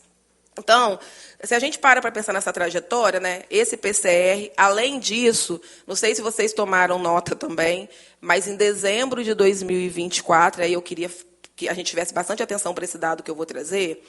Quando a auditoria do tribunal diz que não é possível verificar as ações o que é adquirido pela educação étnico-racial na escola, é um pouco complicado, porque, através de uma indicação de um outro momento do próprio Tribunal de Contas, a secretaria passou de enviar verbas específicas para a escola. O recurso ele passou a ser um recurso geral, justamente para tentar facilitar o uso dele. Tá? Mas alguns territórios eles precisam ser marcados, né? O território da educação especial, o território. Então, no ano passado, nós enviamos para cada escola da rede, além do PROGEF, que é esse programa que já vai o recurso para a escola, R$40 mil. E esse R$40 mil foi para quê? Vamos convidar fulana para poder dar uma palestra na escola. Vamos pagar essa pessoa. Né, porque tem muito isso também, né, de quando a gente trabalha com essa temática, trabalhar como se fosse amigos da escola. Obviamente, quando é recurso público, esse profissional precisa ter algumas documentações para poder ser feita a prestação de contas. Mas é só dizendo assim, que é importante que essa fiscalização ela seja feita, é muito importante, né? Na verdade, quando chega ali um resultado do Tribunal de Contas, quando chega um resultado da PNERC também, acho que vocês têm que ter esse nome, né? A Política Nacional de Equidade, de Educação para as Relações Étnico-Raciais e Educação Escolar Quilombola, PNERC. A CECADI voltou com tudo aí agora. Não sei se vocês estão acompanhando. Uma conquista mesmo, né? Comprou. E o MEC está sendo referência através da PNERC. A PNERC fez uma... Vou terminar agora. A PNERC também fez um diagnóstico que também apontou fragilidade para a gente. Mas eu queria que, assim, à medida que vocês quiserem, se aproximem mais, nós estamos à disposição. É muito importante que, antes da gente indicar o que é necessário fazer, que a gente saiba o que tem. Senão a gente não sai do mesmo lugar, né? E eu tenho certeza que a gente tem conseguido caminhar e caminhar bem, né? Sabe, com a plena consciência e sobriedade de que há muito o que se fazer ainda, mas que muita coisa boa tem sido feita. Eu acho que fica aqui e aí depois... Maravilhosa. Obrigada, Aline. Obrigada por resgatar essa história, por apresentar o que a CEDU tem feito. E tem uma dúvida, e não sei se você vai saber me responder. Quais os municípios que têm a Comissão Permanente de Estudos Afro-Brasileiros? A gente pegou, então, nós pegamos um levantamento que, na verdade, foi da UFES. No último levantamento que foi feito, 38 municípios só que tinham departamentos. Então, a gente está agora, pela CEAF, para fazer um novo levantamento, que a gente acredita que esse número aumentou. Porque agora, com a PNERC, por exemplo, tem uma coordenação que é responsável pelos municípios, que é a Érica, né, que fica pela Undime. Ela já conseguiu fazer com que municípios que não tinham departamentos específicos tivessem. A gente precisa fazer um novo levantamento agora para ver o quanto que está. Mas o último dado eram 38, né? Ótimo. Tem previsão para concluir esse novo levantamento? A gente já era para ter feito, na verdade. Tá. Nós estamos atrasados. Por quê, Aline? Eu até quero já aproveitar para pedir e registrar, assim que for concluído, de maneira mais atualizada, que pudesse nos disponibilizar. Porque a gente consegue aqui, a partir do legislativo, dentro dos instrumentos que a gente tem no âmbito do parlamento, provocar os municípios que não têm, no sentido de cobrar mesmo para que eles constituam. Eu acho que isso é importante, porque como a auditoria, né, ela também vai ser atualizada, digamos assim, ela pode trazer novos elementos. Então, a gente pode, a partir desse levantamento, como parlamento legislativo, cobrar os municípios, constituam essas instâncias em âmbito local. Eu acho que isso é importante para a gente poder fazer avançar essa política pública. A gente fez isso a partir da Frente Parlamentar de Saúde Mental, a gente fez na área da saúde mental. A gente pegou a auditoria do tribunal e levantamos todos os municípios, por exemplo, que deveriam ter CAPS infantil, CAPS 3, CAPS 2, e que não tem, e a gente foi, vamos até protocolar agora, um bolo, literalmente um protocolaço, um bolo de indicações, cobrando os prefeitos que cumpram aquilo que prevê a auditoria do tribunal. Então, a gente pode fazer isso também, sabe, para ajudar nesse esforço da CEDU e do Estado, cobrando os prefeitos que constituam essa instância. Então, a gente se compromete a dar uma devolutiva até o final do mês que vem. Tá bem, tá bem. Não estou nem estabelecendo prazo. Mas vai dizer o seguinte, quando tiver, a gente quer ter acesso para a gente poder fazer essa provocação para os prefeitos também. Quero saber se a deputada Irine quer fazer alguma consideração, se podemos abrir. Vamos ouvir até por conta do horário. Palavra aberta, microfone aberto. Luiz Carlos já quer falar inscrito ali, primeiro inscrito. Quando eu vi você se mexendo, eu já entendi. Eu falei, Luiz Carlos, já está se mexendo. Então, eu acho que é bom dia ainda, né? Já deu meio-dia, já. Olha, hoje vai até às 5 aqui, pelo jeito, hein? Então, uma boa tarde para todos. Então, eu fico assim... feliz e sofrido que a gente está décadas, desde a década de 80, que a gente está nisso aqui no Espírito Santo e Brasil. Brasil veio mais Brasil veio mais depois, né? Mais na década de 90 para cá já foi mais Brasil, mas de 80 era aqui no Espírito Santo. Então, quando ela fala essa história da questão na CEDU, a gente iniciou lá também na CEDU com uma comissão que tinha, nós da sociedade civil, tinha umas 3, né? Eu convidei, hoje tinha gente da Secretaria de Cultura, do Estado e tal, e tinha uma comissão. Nós ficamos no governo Albuíno 4 anos, mas é aquela coisa, parecia que a gente era de outro planeta lá dentro. Não, entendeu? Quem dirigia não sei o que tinha lá um departamento que tinha, que cuidava da questão lá em cima, num andar daquele lá. Então a gente, nem só tinha suvaquista, tinha umas 2 ou 3 suvaquistas lá desse local que vinha para as reuniões com aquele negócio do braço, suvaquista que a gente chama, né? Aí vinha para ficar anotando e levava e não aconteceu nada. Ficamos 4 anos. Aí veio o governo Albuino, falou, bom, agora é capaz de a gente avançar. 2 anos, falou, olha, é melhor sair daqui, que não vai dar, não. Toda semana a gente tinha reunião lá e tal, mas a coisa não andava. Não andava como hoje ainda não anda, né? Você vê, depois de décadas, a gente trabalhando aqui, o Senenai, que era um seminário nacional que a gente criou aqui, Nacional de Entidade Negra na área de educação, é onde tem vários mestres, doutores no Espírito Santo, tudo passou por a gente pelo Senenai, né? Esse pessoal na UFS e tal, que eles fizeram o Senenai com a gente e tal, com criança, e era nacional. Fizemos umas 8 etapas aqui de Senenai no Espírito Santo, e, lógico, vinha e trazia palestrante de fora, de outros estados, que nós aqui não tínhamos ninguém na época, no início. Aí só trazia de Pernambuco, do Rio, de São Paulo, trazia Bahia. Aqui é só pessoa também, que para nós foi um choque, né? Que a gente, aí contava aquela história de religião que foi, mas aquela história profunda, a gente ficou. No final, já começou a convidar, a gente já convidava pessoas daqui do Espírito Santo, já palestrantes, já para o Senenai, já do Espírito Santo, que a gente levou uns 10 anos, mais ou menos, mais de 10 anos, que era. Teve ano que a gente pulou, se não me engano, aí passou ano, então levamos em torno de 10 anos fazendo isso aí. Hoje, para nós, é um caldo muito interessante. E quanto à questão da educação, falando na CEDU, eu lembro que em 2004, assim, um negócio assim, ou mais um pouco, acho que foi mais, à frente, nós levamos uma proposta no Estado do Espírito Santo, cobramos da CEDU, então, a proposta, como é que anda as coisas do Espírito Santo, andavam as coisas. Então, o CEDU respondeu, o Ministério, mandaram para mim antes, aí eu olhei e falei, olha, eu falei lá para o Ministério Público Federal, que a gente dava lá, tinha umas pessoas lá, não sei se já se aposentou, ouvia bem a gente e tal. Aí eu falei, olha, isso aí, para nós do movimento negro, não está legal, não. Como hoje também a CEDU está muito distante da gente, eu falei com a Aline numa reunião, está distante, né? Isso é fascismo, fica lá por cima, isso, elite. Eu acho que tem que ouvir o movimento, a base, ouvir mais a base, construir com a base, e vocês também. Quando vocês elaboram isso aí, eu acho que tem que procurar o movimento, sentar com pessoas, tem pessoas competentes no Estado, a nível nacional, para orientar, para vocês não ficarem muito defasados, porque às vezes vocês podem fazer uma coisa que não tá batendo com a realidade do movimento da sociedade civil. Vocês podem ter as técnicas, essas coisas, então, mas o movimento está ali dentro, ele sente. Então, essa parte a gente precisa haver essa aproximação. Já falei com a Aline na reunião.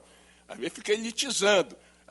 A Undime nós vamos pedir, na última reunião nós fizemos, nós vamos pedir a Undime como é que anda a CEAFRO, que nós criamos também, começou em Vitória aqui, quando aquele menino lá de São Pedro era secretário de Educação, você conhece, né? Ele convidou a gente lá e tal, nós criamos a CEAFRO, foi a primeira em Vitória.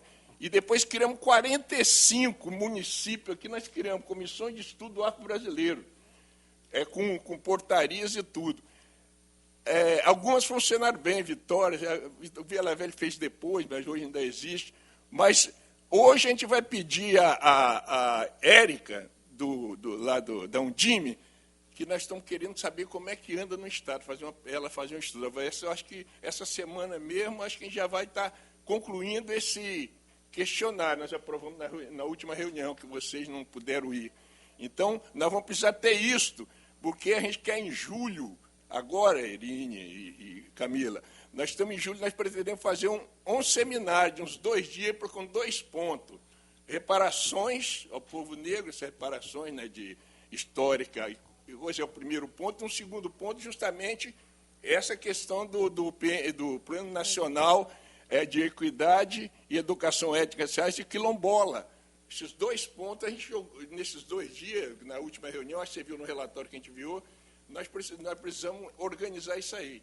O Ministério de Direitos Humanos, já vou mandar vias gerais para eles entrar, né, que a Evaristo, ela possivelmente vai abraçar direitos humanos, Macaé Evaristo, possivelmente ela vai abraçar. Então, nós queremos fazer isso aí porque nós estamos... A gente criou um grupo para acompanhamento, um grupo estadual para acompanhamento. A gente também esse grupo faz para essas reuniões, para acompanhamento desses 22 municípios. 22 municípios, estão trabalhando 22 municípios. Ela poderia até depois dizer aqui, a Aline poderia falar, 22 municípios. A gente está querendo... mas está... Melhorou. Sim, estava mais baixinho. Para então, fechar também, Luiz. Então, está funcionando, está funcionando. Agora sim, está mais alto, estava mais baixinho. Mas eu acho que gravou, né? Então, a gente, Aline, a gente quer todo esse material, então a gente tem esse seminário que a gente gostaria de convidar, até já convidar vocês, a comissão, né, para fazer parte. Queria que vocês puxassem a educação também, deve estar na mão de, eu não sei, na mão de quem que dá essa comissão da educação, poderia entrar também, é da sociedade, aqui é público, né? Eu acho que deveria estar presente também para poder, né, nesse seminário, né, não, a Assembleia Legislativa, que a gente não esquece. Então, a gente tem essa questão do seminário. Agora nós temos uma reunião, Irine, agora dia 14, amanhã, tem uma reunião com o Ministério Estadual, Ministério lá em Brasília, né, da Igualdade Racial. Tem uma reunião com eles, eles aceitaram a reunião com a gente, e não queriam, não, mas botamos uma pauta lá, eles aceitaram, que vai ser virtual. Então, nós vamos discutir toda essa questão das reparações, inclusive nós estamos pedindo um dos pontos, não é lógico que não vai ser, mas pelo menos que coloca mesmo na Conferência Nacional de as reparações com indenização monetária, que no Brasil está surgindo negócio de reparação, eu não falo nem reparação, reparações, são muitas coisas. Na África, então, passa de muito mais do que a gente, né, que é da diáspora. Então, reparações, nós estamos, a ideia nossa é essa, nessa reunião, colocar, igual eu pedi com Luísa Barre quando foi ministra, mas ela estava montada, já como hoje também já está pronta, a coisa vai ser em setembro, a conferência, nós estamos querendo que entre a questão de reparações monetárias para discutir lá, e também a gente faça um aferimento, igual eu pedi a Luísa Barre, um aferimento das 4 conferências que passaram, desde a segunda que eu venho cobrando isso. Porque fica uma atrás da outra, só fazendo festa. A negrada enche Brasília, a negrada, mas e aí? O que acontece? Não acontece nada nos estados, nos municípios, o governo federal, então nós precisamos aferir. O Ministério criou uma equipe, uma universidade, contrata uma universidade, o que for, para fazer um levantamento de um país, para ser o que aconteceu com essas 4 conferências, vem para aqui, senão fica só festa. Entra vai festa, coisa e tal, mas não acontece nada. Isso aí eu estou pedindo, já pedi desde a época de Luísa Barros. O que ela fez foi, eu fiz de contraponto, não deu para fazer isso, então você chama aí, banco umas 150 lideranças aí. Você banca, não, isso aí é o banco, Luiz. Então nós fizemos uma reunião em Brasília, lá com uns 3 dias, com umas 150 lideranças do Brasil e tal, fizemos uma interessante lá. E a única coisa também nessa reunião que eu vi um solo interessante foi uma proposta que teve para criar uma área técnica de saúde integral da população negra. Isso aí, o menino que teve aqui, aquele capixaba que veio aqui um dia fazer exposição, não, Luiz Carlos, tem lá, já tem lá. Então, isso aí, pelo menos, eu sei que isso aí aconteceu no Ministério da Saúde, uma conquista. Ok, obrigada, desculpa Luiz. ter falando muito, teria muita coisa mais, mas... Mas obrigada. Tá. Quem pediu também é o Arthur. Levar o microfone solto para ele. Isso. Testando. Gente, quem mais quiser se inscrever, Camila, tá? Para não dar interferência.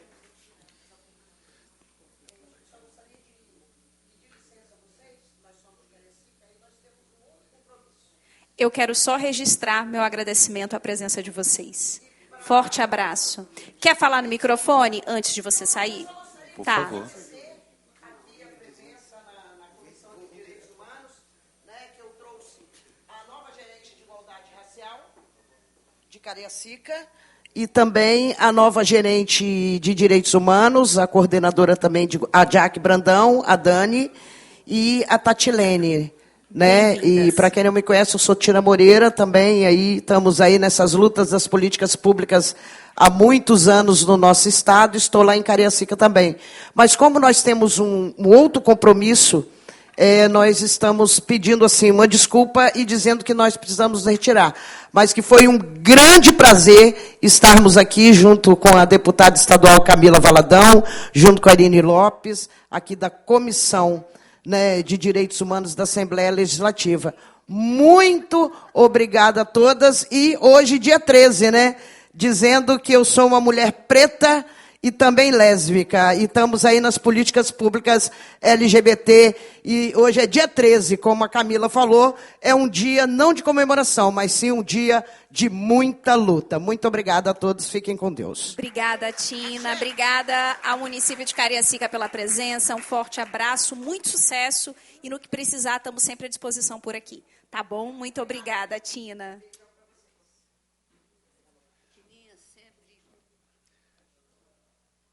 Bom, boa tarde a todos. Gostaria de agradecer à comissão por estar fazendo essa reunião, essa auditoria, num momento tão importante. Eu me chamo Arthur Marili, eu represento a União Nacional dos Estudantes no Espírito Santo, e é uma honra estar nessa casa, podendo entrar e falar, que é também a casa do povo capixaba, um povo cujo nome em tupi significa terra arável. É o solo fértil onde as raízes culturais, negras e indígenas germinaram no Espírito Santo. Mas fica a questão para a gente começar a fazer uma provocação. Se a nossa terra é tão fértil, por que ainda lutamos para que nossa identidade floresça plenamente? Hoje, a gente tem que falar de uma questão muito urgente, que é a aplicabilidade das leis 10.639 e 11.645 em nosso solo, que são pontes para um futuro onde a história indígena, negra e africana não seja apagada, mas celebrada. São a chance de corrigir séculos de silenciamento. No entanto, o Espírito Santo, a gente enfrenta desafios que impedem esse avanço. Eu acho que o primeiro deles é justamente a subnotificação da aplicação dessas leis nas escolas, que eu vejo que a reunião de hoje é para começar a avançar nesse sentido, que transforma direitos, nesse momento, em letra morta. Então, quando a gente acompanha os trabalhos da CEAFRO, principalmente no âmbito da CEDU, a gente vê que carece de uma atualização, que o último documento não foi produzido pela própria CEDU e data de 2022. Eu posso, enfim, estava olhando o site agora. Outro ponto seria a falta de formação docente, né, para a gente conseguir abordar as questões étnico-raciais. A gente, nesse momento, estamos avançando também, mas os professores ainda estão desamparados. E o terceiro, talvez o mais importante, que é a questão política, é a resistência ideológica que a gente enfrenta de pessoas que insistem em negar a urgência dessa pauta, como se a história fosse um incômodo e não um legado. Eu acho que a falta da presença dos deputados que também compõem essa comissão, ela também é significativo, é simbólico para a gente analisar isso. E o resultado disso é que a nossa juventude indígena e quilombola, ela cresce sem acesso ao enraizamento identitário que a educação deveria oferecer. E quando buscam o ensino superior, que é muito importante a gente falar também, elas deparam-se com a ausência de políticas afirmativas capixabas. Na UFES, por exemplo, a gente não tem as políticas afirmativas para a população indígena e para a juventude indígena. Não é aceitável, portanto, que nossos jovens precisem migrar para universidades de outros estados, como a UNB, para poder se sentirem identificados e acolhidos. Isso não é apenas uma falha, senhoras e senhores. É uma violência simbólica, pois a falta de política também é uma política. E como representante dos estudantes, queria solicitar à comissão que promova mais audiências públicas com movimentos negros, indígenas e principalmente estudantis, porque essa pauta também é nossa, pensando também no sistema do ensino universitário, que infelizmente a gente ainda não teve essa coragem, enquanto Estado do Espírito Santo, de promover uma universidade estadual, o que muito impede justamente da nossa afirmação identitária. E que também cobra do Executivo o Programa Estadual de Formação Docente, pois educadores preparados são agentes de transformação. E essa transformação que muitos estudantes e parte da juventude fala comigo que não se sente representado. Ao ponto da grande maioria da juventude quilombola de São Mateus, ou a juventude indígena de Aracruz, onde tem a maior concentração, né, dos indígenas no Espírito Santo, procurarem outras universidades e outros lugares para poder se afirmarem enquanto identidade. Senhoras e senhores, a educação antirracista ela não se resume a conteúdos no quadro. Ela é prática diária. É política pública que combate a exclusão. É a afirmação de que nossa identidade capixaba carrega o sangue, a cultura e a resistência de povos que construíram e continuam construindo essa terra. Não estamos pedindo favores, estamos exigindo o cumprimento de um dever histórico. Que esta casa não seja lembrada pela omissão, mas pela coragem de semear em solo fértil o futuro onde nenhum jovem precise deixar seu território para encontrar dignidade, fazendo com que o nosso nome, o gentílico capixaba, seja honrado. A educação que queremos é antirracista, é plural e é capixaba. E ela não pode mais esperar. Muito obrigado. Muito bem, obrigada, Arthur. Obrigada pelas contribuições. A Aline quer fazer uma consideração e depois eu vou passar. Cadê David? David, tá aqui.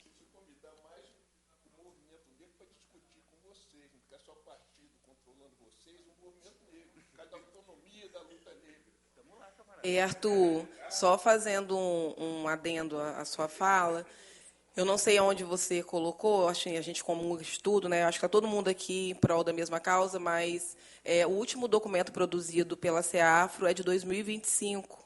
Tá? Acho que, para poder pesquisar no lugar correto, pesquisa no site Currículo Sedu. Lá tem o ícone ERE, como eu disse antes, e lá nós temos um material muito atualizado e 100% produzido pela equipe muito competente que hoje atua lá na Sedu da GEASIC. Pessoas assim, que estão comprometidas mesmo com a causa, que são estudiosos das temáticas.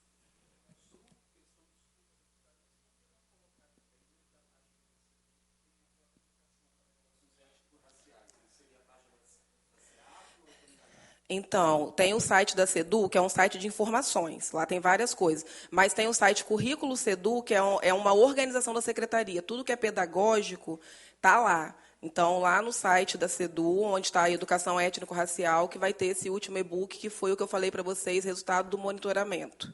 Tá bom? Depois eu posso te auxiliar aí. David, para fechar.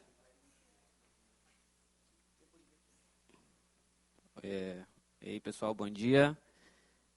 Eu anotei aqui umas coisas que eu vou poder falar, então tem que pegar o celular aqui. Meu nome é David, trabalho no gabinete da deputada Camila Valadão, né? Também sou presidente da Associação do Banco da Serra, uma associação fundada desde 1986, para proteger e fomentar a cultura do nosso município, que é a Serra, né? Gostaria de parabenizar a Comissão de Direitos Humanos, por esse encontro de hoje. Reafirmar a fala da deputada que hoje, dia 13, não é um dia de comemoração, mas sim um dia de denúncia mesmo, né, da falsa abolição contra o racismo, reparação histórica e injustiça racial. Porque nossos ancestrais eles não foram libertos, né, eles foram abandonados, sem terra, sem trabalho remunerado, sem seus direitos, né. Mas feliz pelo dia de amanhã, dia 14 de maio, Dia Nacional das Raízes Matriz Africana do Candomblé, estabelecido de uma lei desde 2023, né? Que sim é um dia de comemoração para nós negros, né, de matriz africana. Também gostaria de parabenizar aqui a Rosângela e a Andréia, né, que é do meu município, onde eu resido, né? São pessoas que têm feito um trabalho maravilhoso, né, com essa implementação da Lei 10.639 e da Lei 11.645, onde eu tenho acompanhado de perto, né, juntamente com a Secretaria, com a SEDU, onde elas têm convidado o movimento negro mesmo para poder fazer parte e participar, onde eu já participei também junto com elas, principalmente no município da Serra, onde eu me preocupo muito, que precisa de mais informações. E quando eu digo precisa de mais informações, eu digo até mesmo pelo poder público, né? Recentemente aconteceu um fato onde o vereador da Serra, ele simplesmente, uma pessoa negra, perguntou o que era povos tradicionais, né? E dizendo que ele era quilombola, dizendo que ele não precisava de privilégios, né? Por ele ser negro, ele não precisava de privilégios. E isso me preocupa muito, porque se dentro do poder público, onde as pessoas estão ali para poder criar leis, e um vereador dizer que não precisa, né, de privilégios, né, que as pessoas negras não precisam de privilégios, então isso me preocupa muito. Então, anotei isso. Então, assim, por isso que a gente precisa falar com mais firmeza sobre essas leis, né? Sobre essa implementação, garantir que o ensino da história da cultura afro-brasileira indígena chegue, de fato, para as crianças, para que as crianças não cresçam e não fiquem sem essa informação. Eu anotei mais coisas, mas para prolongar, assim, para não prolongar, então hoje eu quero dizer assim, para a gente reafirmar que respeitar os povos tradicionais, respeitar a história viva do nosso país. É só isso. Muito obrigada.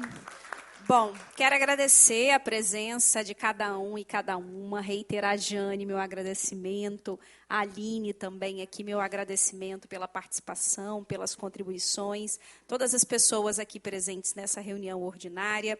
Vou aproveitar para registrar, gente, essa lindeza, Aline, isso aqui é uma lindeza, que é o calendário indígena e afro-brasileiro. Esse calendário foi feito pela Secretaria de Estado da Educação. Toda a rede do Estado, não é? Está com esse calendário, e é um calendário com datas importantíssimas para a população negra do Estado do Espírito Santo. Então, é um compilado que resgata a história, memória, afirmação de toda a nossa cultura e história aqui no Estado do Espírito Santo e no país. Esse calendário ficou muito lindo. A gente tem ele na versão digital no nosso gabinete, ele é didático, ele é pedagógico, e ele faz com que a nossa rede consiga, durante todo o ano, trazer todas essas histórias, né? Não é só no dia 20 de novembro. E eu acho que o calendário ele cumpre esse papel importante. A gente não tem que falar sobre o povo negro, sobre o povo indígena, apenas no 19 de abril ou no 20 de novembro. A gente pode abordar e deve abordar durante todo o ano, de maneira transversal em todo o currículo. Então, ao ter um calendário compilando essas datas importantes de lideranças, de personagens, né, de toda a nossa história e cultura no Espírito Santo e em todo o país, a gente está dando instrumento para os nossos professores, né? Então, a gente falava, olha, por vezes, um profissional se torna referência na escola porque os demais, muitas vezes, não tiveram formação ou não têm informação. E, ao ter um instrumento desse, a gente está dando ferramenta para que todos os professores possam utilizar essas datas aqui como algo que motiva o debate. Então, eu quero aqui, de forma pública, parabenizar a CEDU, a GEACIC, que agora é GEACIC, pela elaboração desse instrumento. E quero encerrar a nossa reunião, mais uma vez, agradecendo. Quero saber se vocês querem fazer breves considerações antes da gente encerrar. Jane, Aline... Pode, um minutinho. Bem, deputada Irine também. Quero agradecer, dizer da importância de vocês duas aqui, né? Todo mundo que está aqui concorda com isso. E vocês duas, né? Me refiro à deputada Irine e à deputada Camila. E só dizer para vocês que é importante que a gente tenha em mente que estamos, assim, lutando pela mesma coisa. Às vezes, o lugar da gestão ele se torna um lugar solitário. Então, é muito importante também essa provocação e essa aproximação, não só para vocês, mas para a gente também. É importante a gente olhar para a Camila nesse lugar, olhar para mim nesse lugar, e a gente lembrar de dar as mãos. Né? Somos, aí, antes de qualquer coisa, né, uma mulher negra, e quando a gente fala das estatísticas, a gente conseguiu superar, e eu reitero a fala dela no início, e o que fez isso com a gente foi a educação. E a gente está justamente lutando por isso, que tenhamos sobriedade, acolhimento entre nós, porque as pessoas que são contrárias são outras. Né? Que a gente possa não esquecer disso o tempo todo, porque essa também é uma estratégia, né? Colocar a gente contra a gente e que a gente não deixe isso acontecer. Muito obrigada.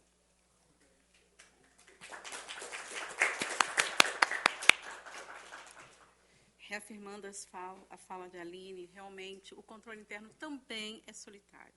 E é por isso que quando a gente conduz uma auditoria operacional, em que a gente pega na mão do gestor e nós trabalhamos juntos, tudo é conversado, tudo. Quando ele chega a entrar no relatório, é porque o gestor já disse para a gente.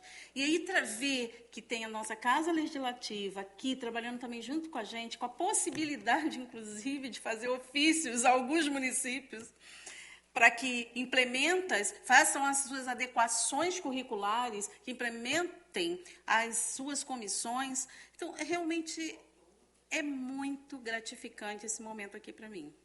ver que nós podemos sair só do cerco do Tribunal do Conta e do jurisdicionado, e a gente trazer a sociedade, porque quando a gente fala na Casa Legislativa, a gente está falando da sociedade para nós. Vamos abarcar e vamos tentar trabalhar em prol, porque o Espírito Santo, eu estou trabalhando com a educação desde 1996. Eu fui escolhida para divulgar, para implementar a LDB nos estados e no município. E eu vou dizer uma coisa, o Espírito Santo sempre está de ouvidos abertos. E as resistências, muitas das vezes, está em sala de aula. Por isso que eu acho que formação de professores é extremamente importante. Obrigada. Obrigada, Jane. Deputada Irine, para as considerações. Nos anos 80, nós começamos, já era essa bandeira, a formação. Então, vamos pegar essa bandeira. 80, preocupação. Luiz, calma, Luiz. Nós estamos avançando. Um passo de cada vez. Bom, gente, eu só quero saudar essa grande audiência que a gente teve aqui. Né? Embora possa ter sido um tempo curto, talvez outras pessoas quisessem falar, mas o fato dela ter acontecido, de termos aqui não só a auditoria externa, mas também a Secretaria de Educação e todos esses movimentos aqui representados, né, já é um marco para nós na retomada de um debate mais sistemático dentro dessa casa dos temas de interesse de o combate ao racismo e não só o combate ao racismo, nós não precisamos só combater, nós temos que conquistar a igualdade, é esse que é o objetivo. O objetivo não é combater o racismo, o objetivo é conquistar a igualdade. Então, assim, todos esses passos são fundamentais. Então, eu deixo o meu carinho, o meu abraço fraterno, sempre reafirmando o nosso compromisso com essa luta. E dizer a vocês que Luiz Inácio mandou avisar que confirmou São Mateus, tá certo? No dia 16, às 10 horas da manhã. 16. Não sabemos ainda o local, tá? Tem um amigo nosso que falou, eu quero ver com ele ontem, falou, poxa, ele teve, a primeira vez que ele esteve aqui em São Mateus, ele vai vir aqui em São Mateus, a primeira vez que ele veio aqui em São Mateus, ele dormiu na minha casa, não vou nem falar o nome dele. Será que ele vai lembrar de mim? Então você deve saber quem é. Eu já sei quem é. Então pronto. Pode deixar. E embora a memória dele seja muito melhor do que a minha, tá certo? Que é impressionante a memória do Lula, né? Impressionante, mas de qualquer forma eu já sei o que você está falando. Então, nós sabemos, né? Então, assim, um beijo para cada um de vocês, gente. Foi muito boa a nossa audiência. Obrigada, deputada Irine. Obrigada a todas as pessoas presentes. Deixa eu achar aqui meu encerramento, que eu até já perdi. Carrego tanto papel que vou ficando doida. Então, bom... também não está aqui, está meio confuso. Bom, nada mais havendo a tratar, declaro encerrada a presente reunião ordinária e convido para a próxima, que eu ainda não sei a data, nem o local, mas provavelmente dia 27. Muito obrigada.